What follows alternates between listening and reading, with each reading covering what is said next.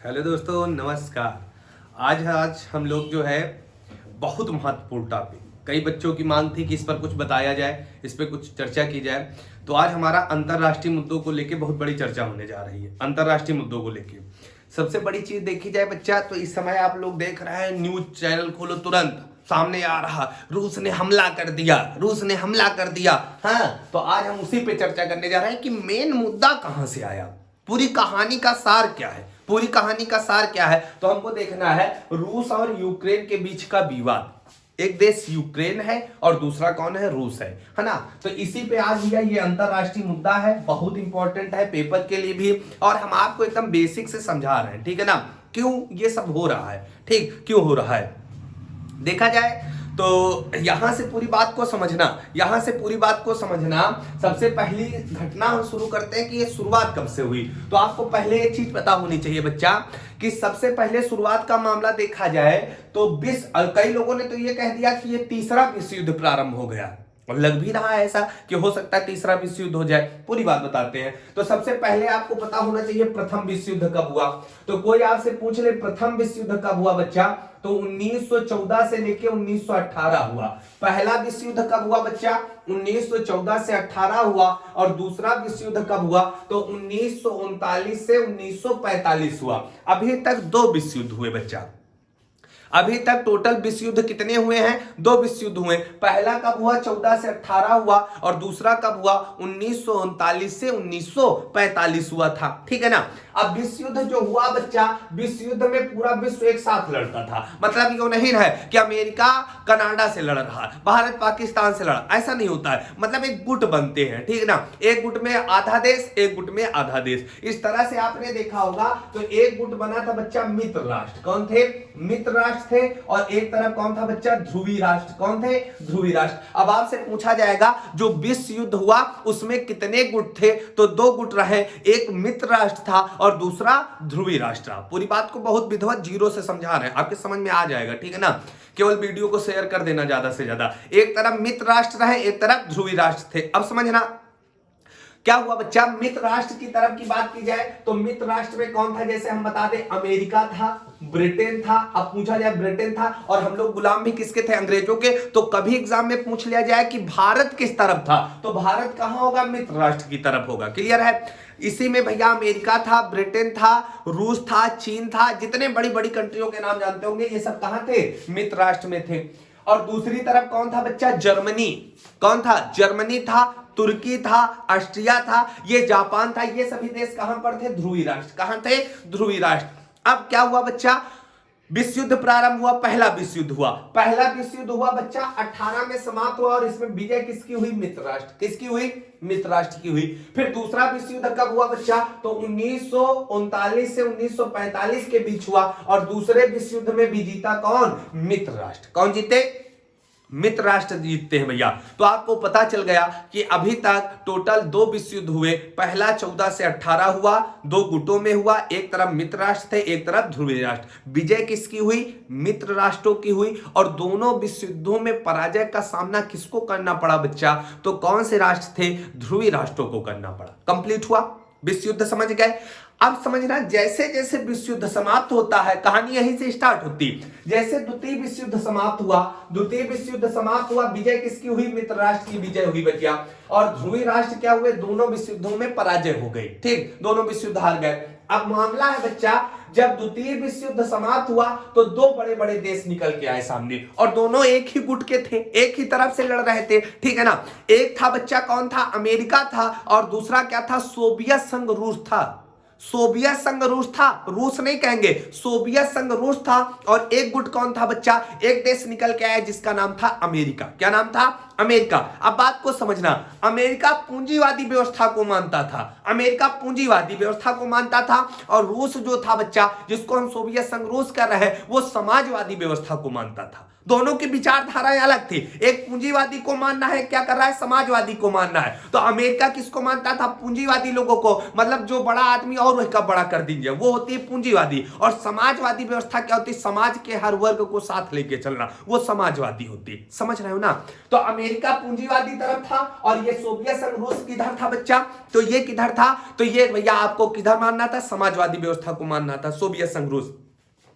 जैसे द्वितीय विश्व युद्ध समाप्त हुआ, जापान पर अमेरिका ने देखा लिटिल बॉय फैट बॉय, है ना, 9 अगस्त, बात की जाए जैसे 6 अगस्त और 9 अगस्त को हिरोशिमा और नागासाकी पर बम गिरा के द्वितीय विश्व युद्ध को समाप्त किया गया। जैसे द्वितीय विश्व युद्ध समाप्त हुआ तो 2 बड़े देश आए सामने, 2 बड़े देश आए, एक का नाम था अमेरिका, दूसरे का नाम था सोवियत संघ रूस। अब दोनों एक दूसरे के सामने झुकने को नहीं तैयार। आपने देखा जहां दोनों एक ही तरफ से लड़ रहे थे, अब दोनों देश क्या हो गए बच्चा, दोनों आमने सामने। अमेरिका कहा था अच्छा हम दुनिया के सबसे ताकतवर देश है, और रूस क्या कर रहा, मतलब सोवियत संघ रूस कहता था अच्छा हमें पास माहो बीघा जमीन है, हमको दबब का। रूस भी बहुत बड़ा था बच्चा, सोवियत संघ रूस भी बहुत बड़ा था।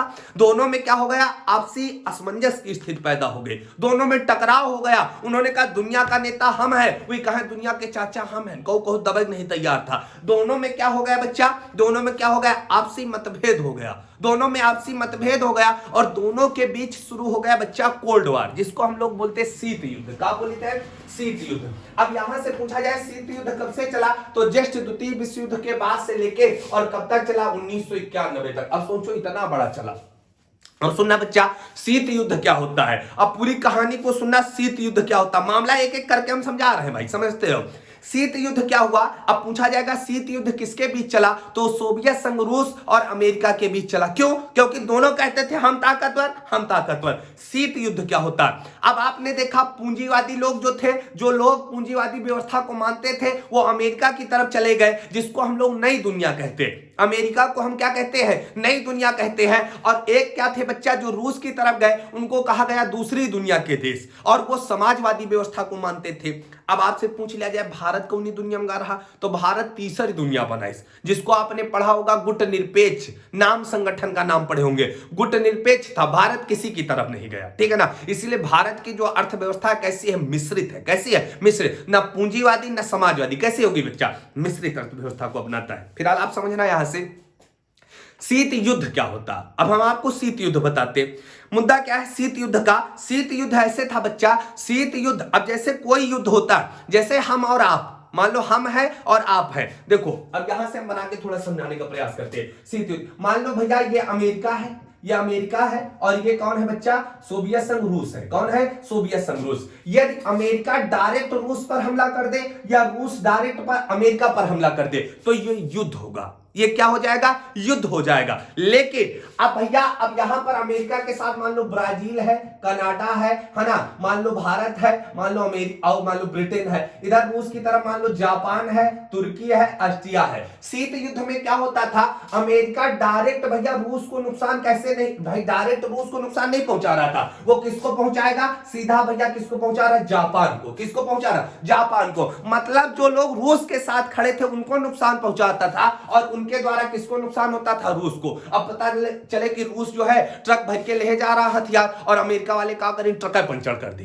तो परेशानी हो गई ना। इस तरह से शीत युद्ध, मतलब अमेरिका कहा था देख लो हमारे पास इतने हथियार रखे हैं, दिखाता था, चलाता नहीं था। अमेरिका इसे हथियार खोल देता था, देखो इतने हथियार रखे। इधर रूस क्या करता था, इतनी मिसाइलें रखी, खाली हमें कहते तुम देख लियो, दगा दे, दगा नहीं रहे, एक दूसरे को डरा रहे, आर्थिक क्षति पहुंचा रहे हैं, लेकिन लड़ नहीं रहे। यदि लड़ जाते तो क्या होता, युद्ध होता। शीत युद्ध का मतलब समझ पाए ना, किसी ना किसी रूप से आर्थिक क्षति पहुंचाना एक दूसरे को। अमेरिका किसको पहुंचा रहा था, सोवियत संघ रूस को पहुंचा रहा था, और सोवियत संघ रूस किसको पहुंचा रहा था बच्चा, अमेरिका को। एक दूसरे को डरा रहे थे, एक दूसरे को डरा रहे थे। इसी को कहा गया, क्या कहा गया बच्चा, इसी को कहा गया शीत युद्ध। क्या कहा गया, शीत युद्ध। और ये शीत युद्ध बहुत लंबे समय तक चला बच्चा, शीत युद्ध बहुत लंबे समय तक चलता है। और शीत युद्ध के बाद आप थोड़ी सी बात को समझना, क्या हुआ, शीत युद्ध चला और 1991 का समय आया। 1991 का समय आया और अमेरिका सफल हुआ। अमेरिका ने क्या क्या दिमाग लगाया, क्योंकि सोवियत संघ रूस जो था बच्चा बहुत बड़ा था, बहुत बड़ा था। तो अमेरिका ने दिमाग लगाया इसको हम क्या करें, छोटे छोटे भागों में बांट दें। अंग्रेजों वाली चाल चली इसने। जैसे आपको पता है ना, किसी को कमजोर करना है तो क्या करो, उसके घर के अंदर क्या कर दो, बंटवारा कर दो। उसके घर के अंदर क्या कर दो, बंटवारा। जैसे 10-15 भाई हैं तो 4 भाई अलग, 4 भाई अलग, 4 भाई अलग, सब में क्या करवा दो, बंटवारा करा दो, आपस में लड़वा दो। तो क्या हो जाएगा, अपने आप कमजोर हो जाएंगे। वही किया अमेरिका। अमेरिका ने रूस के खिया क्या कर दी, खैयस पैदा कर दिया। अमेरिका ने क्या किया, रूस के अंदर खैयस पैदा कर दिया। रूस के यहाँ क्या करा, देखो अमेरिका बहुत होशियार बच्चा, अमेरिका इतना बैल है, इतना बैल है। अब समझना, अमेरिका ने क्या किया, जो सोवियत संघ इतना बड़ा था उसके अंदर का पैदा कर दिया, खैयस, खैयस पैदा कर दिया। और खैयस पैदा कर दिया तो 1991 का समय आया और रूस के कितने भागों में टूट गया बच्चा, वही सोवियत संघ रूस जो बहुत बड़ा था वो कितने भागों में टूट गया, 15 भागों में टूट गया। 15 भागों में कौन टूट गया, सोवियत संघ रूस। अब कोई ऐसे मुंह उठा चला जा रहा, कोई ऐसे चला जा रहा, मतलब रूस के अंदर जो था क्या हो गया, बंटवारा हो गया। क्या हो गया, बंटवारा। और रूस कितने भागों में टूट गया, 15 भागों में टूट गया। जब टूट गया तो कमजोर हो जाएगा ना। और अंग्रेज क्या हुए बच्चा, अब यहां से पूछा जाएगा, अमेरिका शीत युद्ध में क्या हुआ, विजय को प्राप्त किया। अमेरिका शीत युद्ध में क्या हुआ, विजय को प्राप्त किया। और भैया रूस के कितने भागों में भैया बट गया, सोवियत संघ रूस 15 भागों में टूट गया। 15 भागों में कौन टूट गया, सोवियत संघ रूस टूट गया बच्चा। अब सोवियत संघ रूस जो 15 भागों में टूटा, जो सबसे बड़ा वाला भाग था, जो सबसे बड़ा वाला भाग निकला, उसी का नाम क्या था, रूस था। अब सोवियत संघ रूस का विघटन कब हुआ, मतलब कब टूटा, तो भैया 1991 में टूटा। किसके द्वारा टूटा, अमेरिका के द्वारा, शीत युद्ध के द्वारा टूटा। और बात किया जाए बच्चा कि पूछ लिया जाता है कि भैया रूस कितने भागों में बटा या कितने भागों में टूटा, 15 भागों में। जो सबसे बड़ा वाला भाग निकल के आया उसका नाम क्या था, रूस निकल के आया। और जो बच्चा और 15 भाग थे उन्हीं में से एक कौन था, यूक्रेन। कौन था, यूक्रेन। अब कहानी पकड़ना, यूक्रेन मिल गया है और रूस मिल गया, दोनों पहले का रहे, भाई रहे। यूक्रेन और रूस पहले का रहे बच्चा, समझना। यूक्रेन और रूस दोनों पहले क्या थे, सगे भाई रहे। दोनों क्या थे बच्चा, सगे भाई रहे। लेकिन क्या हुआ, आप समझना, पूरी बात को समझना। रूस और यूक्रेन दोनों पहले कार है, सगे भाई थे। रूस और अब यूक्रेन क्या हो गया बच्चा, एक साथ पहले राहत रहे, है ना। लेकिन इनके घर में बंटवारा भा, तो कितने भाग निकल के आ गए, 15। तो हम ये कह सकते हैं रूस और यूक्रेन दोनों सगे भाई थे, लेकिन आपसी खैयस मचा। और खैयस पैदा करने वाला कौन था, अमेरिका। कौन था, अमेरिका ने खैयस पैदा कर दिया और घर में क्या हो गया, बंटवारा, बंटवारा हो गया। आज वही देख रहे हो, दोनों भाई एक दूसरे की जान लेने पे तुला, देख रहे हो ना। रूस किस पे गोली चला रहा है, यूक्रेन। उसको ये नहीं पता है उसका छोटा भाई है, कौन बच्चा, कौन, यूक्रेन उसी का क्या है, छोटा भाई है। किसका, रूस का, समझ रहे हो ना। तो सोवियत संघ रूस का विघटन कब हुआ, 1991 में हुआ। और ये कितने भागों में टूटा, 15 भागों में। जो बड़ा भाग निकल के आया उसका नाम रूस था। और भैया उसमें जो छोटे छोटे कई सारे भाग आए, उन्हीं में से एक भाग कौन था, यूक्रेन था। जैसे आपने नाम सुना होगा कजाकिस्तान, तुर्कमेनिस्तान, उज्बेकिस्तान, ये सब किसके भाग है, रूस के। किसके हैं, रूस के। बेलारूस का नाम सुने होंगे। ये सब किसके भाग होते हैं भैया, ये सब किसके भाग होंगे, तो ये किसके हैं बच्चा, सोवियत संघ रूस के थे। अब क्लियर हुआ। तो रूस और यूक्रेन, रूस और यूक्रेन किससे निकले हैं, तो ये सोवियत संघ रूस से निकल के आए। चलते हैं आगे, बताते हैं हम मुद्दा क्या है। आप मानचित्र में देख सकते हो, थोड़ा सा हम बताते हैं। मानचित्र में आप देखोगे तो ये रूस है, और रूस में आप देखोगे तो इधर एक पर्वत है, इधर एक पर्वत है। और इस पर्वत के इधर क्या है, एशिया है। इस पर्वत के इधर क्या है बच्चा, एशिया है। और इधर एशिया है और इधर क्या है, यूरोप। इस पर्वत के इधर यूरोप है और इधर क्या है, एशिया। और इस पर्वत का नाम है बच्चा यूराल पर्वत। एग्जाम में पूछा जाता है यूराल पर्वत किसको अलग करता है, तो एशिया को यूरोप से अलग करता है। इधर भी रूस है और इधर भी रूस है। तो रूस का कुछ हिस्सा कहां पर है, एशिया में है। और कुछ कहां पर है, कहां पर है बच्चा, यूरोप में है। कहां है, यूरोप में। लेकिन मेन जो रूस है वो कहां है, यूरोप में। क्लियर हुआ। तो यूरोप और एशिया को अलग करने वाला पर्वत कौन है बच्चा, कौन है, यूराल पर्वत। एशिया और यूरोप को अलग करने वाले पर्वत कौन है, यूराल। इधर जो पानी भरा इसका नाम क्या है, कैस्पियन सागर। क्या नाम है, कैस्पियन सागर। पूरी बात को सुनना, इसका नाम क्या है, कैस्पियन सागर। दुनिया की सबसे बड़ी झील कौन है, कैस्पियन सागर। दुनिया की सबसे बड़ी झील कौन है, कैस्पियन सागर है। कौन है, कैस्पियन सागर। लेकिन बच्चा खारे पानी की सबसे बड़ी झील भी कौन है, कैस्पियन सागर। खारे पानी की भी सबसे बड़ी झील कौन है, कैस्पियन सागर। और दुनिया की सबसे बड़ी झील भी कौन है, कैस्पियन सागर, इधर कैस्पियन सागर है और इधर बच्चा है काला सागर। खैयस का घर को है काला सागर, पूरा खैयस कराए बैठिए। ये कौन है? काला सागर है, समझ रहे? इधर कैस्पियन सागर, इधर काला सागर, और कैस्पियन सागर और काला सागर को यहां पर ऐसे मिला दे तो यहां पर एक पर्वत है काकेशस पर्वत। एल्ब्रुस चोटी का नाम सुने होंगे। काकेशस पर्वत कहां है? कैस्पियन से काला सागर के बीच है, वो अलग चीज हो गई, ठीक है ना। तो कैस्पियन सागर और इधर कौन है? काला सागर है, ठीक है ना। अब यहां पर समझो ये क्या है? रूस है, इधर क्या है? यूक्रेन। ये कौन है? यूक्रेन है। अब क्या हुआ बच्चा? समय है बच्चा 1900 कब का है? 91 में, जब ये सब लोग अलग हो गए थे, ठीक है ना। उसके बाद भैया रूस जो है, ये रूस जो है ना, रूस ने क्या किया?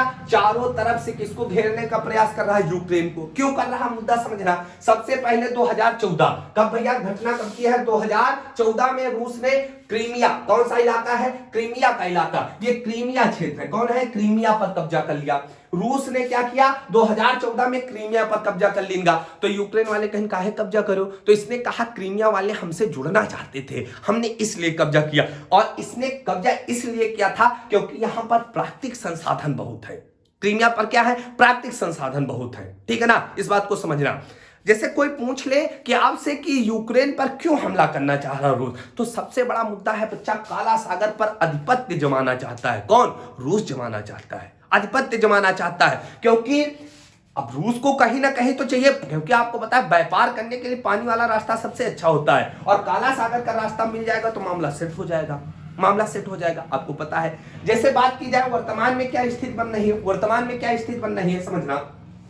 वर्तमान में स्थिति क्या बन रही है आप देख सकते हो। वर्तमान में रूस ने क्या किया? डोनास्क है और कौन है? लोहास्क। कौन है? लोहास्क है और डोनास्क है। यहां पर क्या है बच्चा? डोनास्क है। इधर आप एक स्थान देख लो जिसका नाम क्या है बच्चा? डोनास्क है, और इधर कौन है? लोहास्क। कौन है? लोहास्क है। ये दो स्थान है, डोनास्क और लोहास्क। ये घटना बहुत ज्यादा चर्चा में हो गई। डोनास्क और लोहास्क में क्या हुआ? रूस ने क्या किया? इन लोगों को समझाया, इन लोगों को समझाया। जैसे भारत में देख रहे हो कश्मीर वाले कहते रहे कि हमको अलग कर दो भारत से, इसी तरह से सेम कहानी हुई बच्चा। लोहास्क और डोनास्क में क्या हुआ?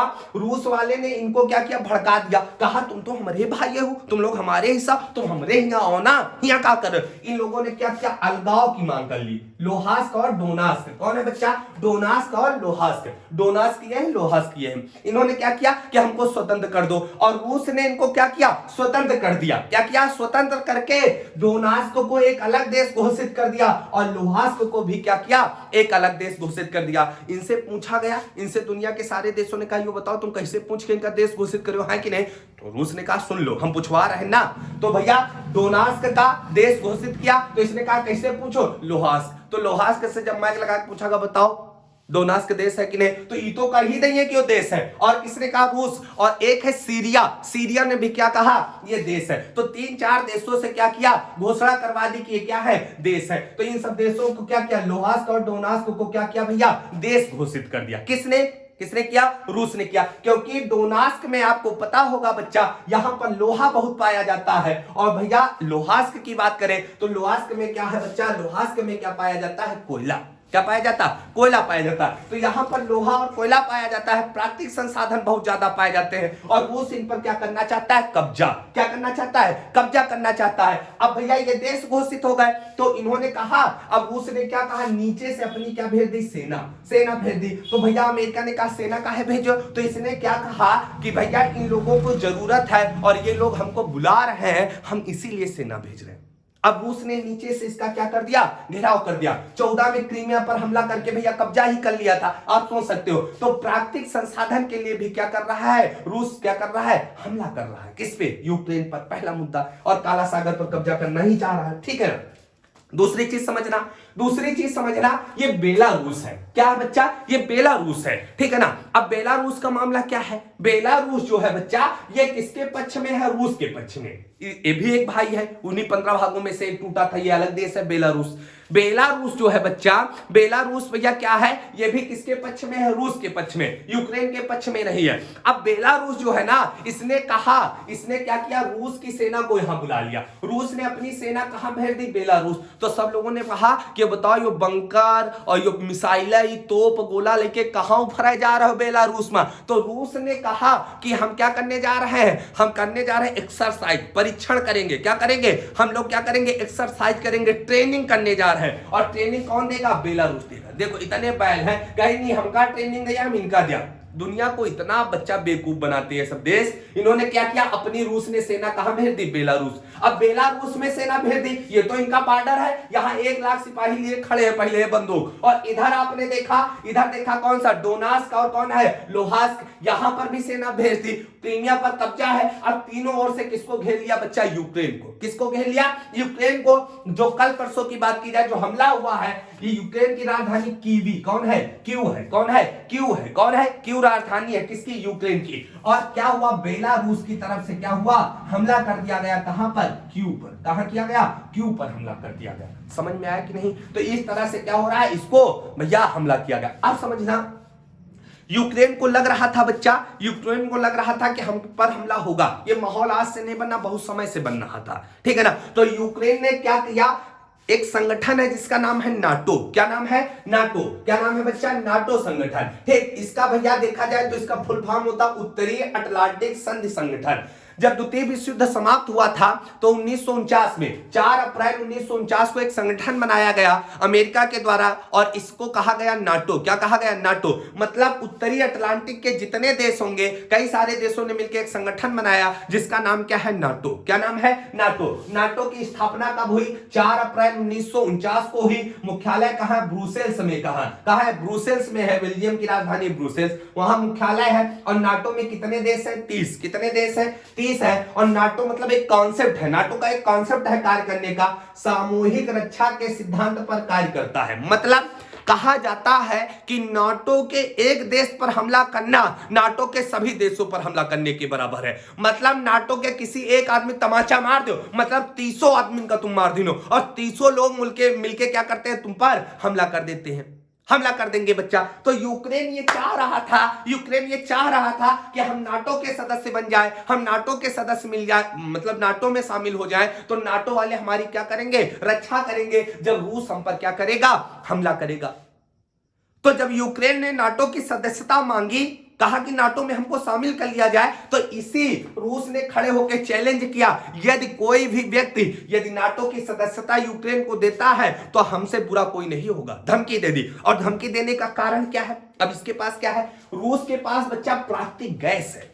प्राकृतिक गैसें बहुत सारी हैं, और ये प्राकृतिक गैसों की सप्लाई पूरे इधर यूरोप में आप देखोगे बहुत छोटे छोटे देश है, उनमें प्राकृतिक गैसों की सप्लाई करता कौन बच्चा, रूस। रूस यदि गैस बंद कर देगा तो बहुत बड़ी समस्या हो जाएगी। समस्या क्यों हो जाएगी, क्योंकि ठंडा क्षेत्र है, ठंडा क्षेत्र है, बिना प्राकृतिक गैस के यहां पर क्या है बच्चा, बिजली नहीं बनाई जा सकती, बहुत बड़ी समस्या हो जाएगी। तो इसने धमकी दे दी कि हम ये भी कर सकते। दूसरी, आपको पता है दुनिया में सबसे ज्यादा गेहूं, दुनिया में सबसे ज्यादा गेहूं कहां होता है, यूक्रेन, और कहां होता है, रूस। इन दोनों देशों में क्या होता भैया, दुनिया का सबसे ज्यादा गेहूं होता। जैसे आपको पता है नाटो का एक देश है तुर्की वगैरह है, बहुत सारे देश हैं जो गेहूं किससे खरीदते हैं, रूस से। तो रूस ने कहा गेहूं न दिया, भूखे मार डाल अब सबका, समझ रहे हो ना। यदि किसी ने नाटो की सदस्यता दे दी, इसको किसको, यूक्रेन को। तो यूक्रेन भैया अभी इस बात को समझना, यूक्रेन जो है नाटो का सदस्य नहीं है, नहीं है, बनना चाहता था लेकिन नहीं है, ठीक है ना। इस पूरे युद्ध का माहौल कोई व्यक्ति बनाया है, ये माहौल बनाने वाला कोई व्यक्ति है तो अमेरिका है। ये सब गड़बड़ को कर रहा है अमेरिका। दुनिया का मुंशी बनने की चाह अमेरिका को बहुत पीछे ले जा रही बच्चा। दुनिया का मुंशी बनने की चाह किसको, अमेरिका को बहुत पीछे ले जा रही। एक चीज जान लो, युद्ध कोई भी लड़े, अब ये जो युद्ध हो रहा है, ये जो हमला हो रहा है, इसका परिणाम क्या होगा आपको पता है, परिणाम क्या होगा, पूरे विश्व में मंदी छा जाएगी, पूरे विश्व में मंदी होगी बच्चा, गरीबी बढ़ जाएगी। क्या होगा, गरीबी बढ़ जाएगी, महंगाई बढ़ जाएगी बच्चा, और क्या होगा, बहुत बड़ी समस्या हो जाएगी। शेयर मार्केट आप देखोगे ध्वस्त हो चुका है, अचानक गिरावट आ रही है, पता है कि नहीं पता है, जान लो भाई। तो एक चीज जान लो, इसके परिणाम बहुत गलत होंगे, बहुत गलत होंगे, ठीक है ना। आप इतनी बातें समझ रहे होंगे। तो ये पूरे कारण आपको हमने बता दिया। बेलारूस भी क्या है, चोर टाइप का आदमी है, इसने भी क्या की, मदद नहीं की। अब यूक्रेन क्या कह रहा है, यूक्रेन भैया कह रहा है कि हमारे पास देखो जब तक क्षमता है हम लड़ेंगे, सबसे हाथ फैला के भीख मांग रहा कि हमारी रक्षा करो। देखो इसीलिए हम कहते हैं कि ताकतवर होना बहुत जरूरी है, लोगों को डराना बहुत जरूरी है। लोग जब तक डरेंगे नहीं बच्चा, तब तक काम नहीं होगा, समझते हो कि नहीं। आपको पता है ना कि शेर जंगल का राजा क्यों होता है। ये चीज बहुत बड़ी होती है, क्योंकि शेर क्या है, सबको डरा चुका है। शेर क्या करता है, डरा देता। क्योंकि आपको पता है शेर से बड़ा कौन होता है, हाथी होता है। देखा जाए तो भारी कौन होता है, हाथी होता है। शेर से ज्यादा शिकार करना या तेज दौड़ने वाला चीता होता है। लेकिन शेर ही राजा क्यों है, क्योंकि शेर के अंदर कॉन्सेप्ट है, जज्बा है, डरा चुका है, कोई उसके पास नहीं आ सकता है, कोई उसके पास नहीं आ सकता। शेर अपने आप में क्या है, राजा है, राजा है, कोई हमला नहीं कर सकता। यदि यूक्रेन इतनी ताकत अपने अंदर ले आता, जैसे इजराइल के पास इतनी ताकत है, छोटा सा देश इजराइल है, और पूरे भैया क्या है, मुस्लिम कंट्री ने मिलकर हमला किया और सबको पस्त कर दिया। तुर्की जैसे बड़े बड़े देशों को इजराइल ने अकेले गिरा दिया। क्यों, क्योंकि उसके पास जज्बात है। क्या है बच्चा, वो डरता नहीं कभी, अपने आप को एकदम शेर की तरह खड़ा रखता है चारों तरफ। तो इजराइल की तरह बनना चाहिए। लेकिन यूक्रेन भैया कमजोर है थोड़ा सा, कहीं ना कहीं रूस के सामने बहुत कमजोर पड़ रहा है यूक्रेन, और हमला बराबर चल रहा है। आज दूसरा भी दिन था, ठीक है ना। तो मुद्दा समझ में आया होगा, ये पूरा क्लियर हो रहा होगा किस तरह से हमला चारों तीन तरफ से घेर लिया गया, और यहां से कीवी की तरफ से हमला कर दिया गया, ठीक है ना। अमेरिका यूक्रेन के साथ है, यूक्रेन के साथ है। अब न्यूज चैनल खोलो तो उसमें दिखा रहे हैं कि मोदी जी से भीख मांगी यूक्रेन ने, है ना। अब भारत का पक्ष क्या होगा, ये बहुत बड़ी चीज है। कई लोगों की जानने की इच्छा है कि भारत किस तरफ जाएगा। देखो, भारत का स्टैंड देखा जाए तो भारत हमेशा क्या है, युद्ध के पक्ष में कभी नहीं रहता। भारत एक बहुत निर्णायक भूमिका निभाएगा यदि कुछ होता है। फिलहाल जहां तक देखा जाए तीसरा विश्व युद्ध नहीं होगा, सारे लोग समझदार हैं, सारे लोग समझदार हैं। युद्ध कोई जीते कोई हारे, नुकसान सबको होगा, नुकसान सबको होगा। तो इसीलिए युद्ध नहीं होना चाहिए, ये गलत भी है। और भारत इसमें निर्णायक की भूमिका निभाएगा, ये श्योर है भाई, है ना। और भारत का स्टैंड वही रहेगा दोनों तरफ से भैया। भारत सबको समझाने का ही प्रयास करेगा, भारत बिल्कुल नहीं इस सब चीजों में पड़ेगा। तो नाटो का मामला समझ गए ना, नाटो का मामला समझ गए ना। कई लोग बता रहे थे नाटो नाटो उभरा जा रहा, नाटो, ये सब भाई थोड़ी सी बात समझ लेना। कीवी जो है बच्चा, क्यू की बात करें, इसकी जो राजधानी है। दूसरी चीज एक समझना, पहले हमने कहा कि रूस हमला इसलिए कर रहा है क्योंकि काला सागर पर अधिपत्य करना चाहता है। ये पूरा रास्ता मिल जाएगा, ठीक, रास्ता मिल जाएगा इधर आने का।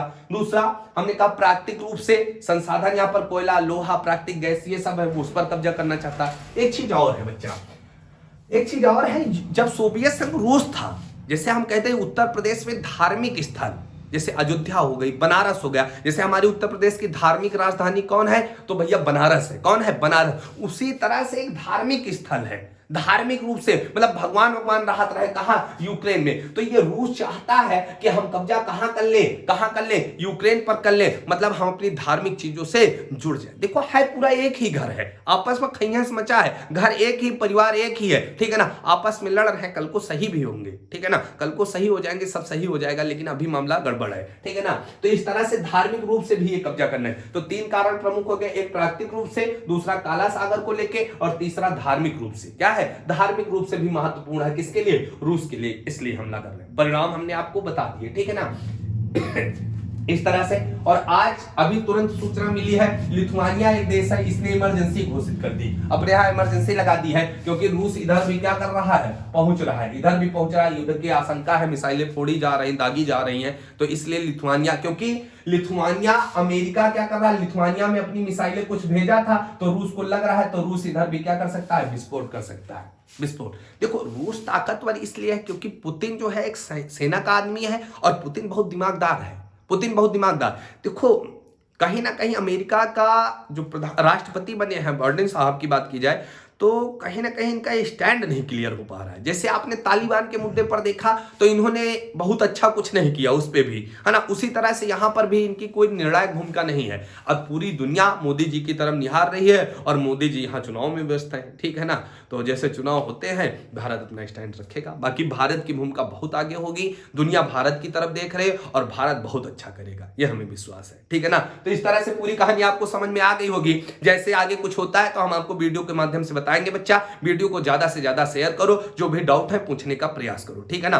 अब आपको यहां से एक क्वेश्चन पूछा जाता है, जैसे यहां पर यूक्रेन है, इधर रूस है, यहीं पर एक है बच्चा हंगरी, एक देश है भैया हंगरी, जिसकी राजधानी बुडापेस्ट है, ठीक। तो इन तीन देशों में घास का मैदान पाया जाता है, उसी को बोला जाता है स्टेपीज घास का मैदान, जिसको कई लोग बता देते हैं यूरेशिया में पाया जाता है। तो स्टेपीज घास का मैदान 3 देशों में फैला है ना, 3 देशों में स्टेपीज घास का मैदान फैला है। और स्टेपीज घास के मैदान की बात की जाए बच्चा, इसी को हंगरी में पुस्टाज के नाम से जानते हैं। स्टेपीज घास के मैदान को हंगरी में पुस्टाज के नाम से जानते हैं। और ये जो घास का मैदान है ये कैसा है, शीतोष्ण कटिबंधी। कैसा है, शीतोष्ण कटिबंधी, हल्की ठंडी हल्की गर्मी वाला घास का मैदान है। कौन बच्चा, स्टेपीज घास का मैदान। ये भी कंप्लीट हो गया। गेहूं सबसे ज्यादा कहां हो रहा है, यूक्रेन और रूस में हो रहा है। ये लोग बेचते हैं गेहूं, बहुत ज्यादा बेचते हैं। प्राकृतिक गैस भी कौन बेच रहा है, रूस बेच रहा है। भारत के यहां पर बता रहे थे यूक्रेन में लगभग 20,000 लोग, कितने 20,000 लोग भैया फंसे हुए थे। धीरे धीरे उनको निकाला जा रहा, वहां से वहां लाया जा रहा, क्योंकि यहां पर 20,000 में से बताते हैं 18,000 लोग केवल मेडिकल की पढ़ाई पढ़ने हैं। तो मतलब कहीं ना कहीं मेडिकल की पढ़ाई बहुत अच्छी होती है यूक्रेन में, डॉक्टर वगैरह बनने के लिए। क्लियर हुआ। तो ये भारत के लोगों को भी यहां से निकाला जा रहा है। जैसी स्थिति होती है हम आगे के वीडियो में लेके आएंगे। जुड़ने के लिए भैया धन्यवाद। आपको वीडियो कैसा लगा कमेंट के माध्यम से बताने का प्रयास करें।